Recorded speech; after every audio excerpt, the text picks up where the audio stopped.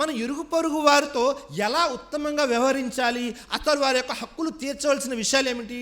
ముఖ్యమైన 2 విషయాలు ఉన్నాయి సోదరులారా. మనము మన పొరుగున ఉన్నటువంటి వారికి అప్పుడప్పుడు మనము బహుమానాలు ఇస్తూ ఉండాలి, వారి ద్వారా బహుమానాలు తీసుకుంటూ ఉండాలి. ఆ బహుమానం అనేది చాలా విలువైనది, చాలా ఖరీదైనది మాత్రమే అయ్యి ఉండవలసిన అవసరం లేదు. ప్రవక్త ముహమ్మద్ సల్లల్లాహు అలైహి వసల్లం తెలియజేశారు.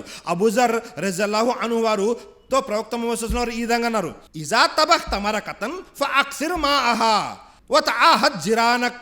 మీరు ఏదైతే కూర వండుతున్నారో అందులో రుచి కాస్త తక్కువైనా పర్వాలేదు, అందులో కాస్త నీరు ఎక్కువగా వేసి మీ పొరుగున ఉన్నటువంటి వారికి కూడా ఇవ్వండి. సుబ్హానల్లాహ్. చూసారా, మనం వండేదే చాలా తక్కువ కూర అయి ఉండొచ్చు, కానీ అందులో రుచిపోతుంది అని ఆలోచన లేకుండా నీరు కాస్త ఎక్కువగా వేసి మనము మన ఇరుగు పొరుగు వారికి ఇస్తూ ఉండాలి సోదరులారా.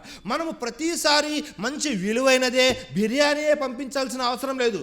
మీరు పంపించేది ఏదైనా సరే పర్వాలేదు, కానీ మీ పొరుగున ఉన్న వారిని కూడా దృష్టిలో పెట్టుకొని వారికి ఇవ్వాలి అని దైవప్రవక్త ముహమ్మద్ సల్లల్లాహు అలైహి వసల్లం తెలియజేశారు. అలాగే ప్రవక్త ముహమ్మద్ సల్లల్లాహు అలైహి వసల్లం వారు స్త్రీలతో కూడా ఈ విధంగా తెలియజేస్తున్నారు. అబూ హురైరా రజల్లాహు అను వారి కథనం, బుఖారీ మరియు ముస్లిం యొక్క హదీస్. యా నిసాల్ ముస్లిమాత్ లా తహకిరన్న జారతున్ లిజారతిహా వలౌ ఫిర్సిన షాహ్. ఓ ముస్లిం మహిళలారా, మీలో ఏ మహిళ కూడా తన పొరుగున ఉన్నటువంటి మహిళ ఇచ్చేటటువంటి కానుకని తక్కువగా చేసి చూడకూడదు.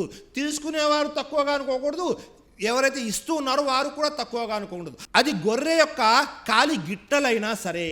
అంటే మనం ఇచ్చేది తీసుకునేది తక్కువ అని ఎప్పుడు మనం అనుకోకూడదు. ఒకవేళ మనం ఇచ్చిందే మళ్ళీ మనకు ఇచ్చినా మనం సంతృప్తిగా తీసుకునేలాగా ఉండాలి. ఈ హదీస్ ద్వారా తెలిసే విషయం ఏమిటి అంటే, మనము ఇరుగు పొరుగు వారితో ఉత్తమంగా వ్యవహరించాలి, వారితో మనము ఎక్కువగా ఇచ్చిపుచ్చుకుంటూ ఉండాలి, వారి యొక్క హక్కుల్ని కూడా నెరవేరుస్తూ ఉండాలి. ప్రతిసారి ఖరీదైనవే ఇవ్వాల్సిన అవసరం లేదు, ప్రతిసారి మనము బిర్యానీ పంపించవలసిన అవసరం లేదు సోదరులారా. మన ఇంట్లో ఏది వండితే అది వాళ్లకు ఇచ్చేటువంటి ప్రయత్నం చేస్తూ ఉండాలి.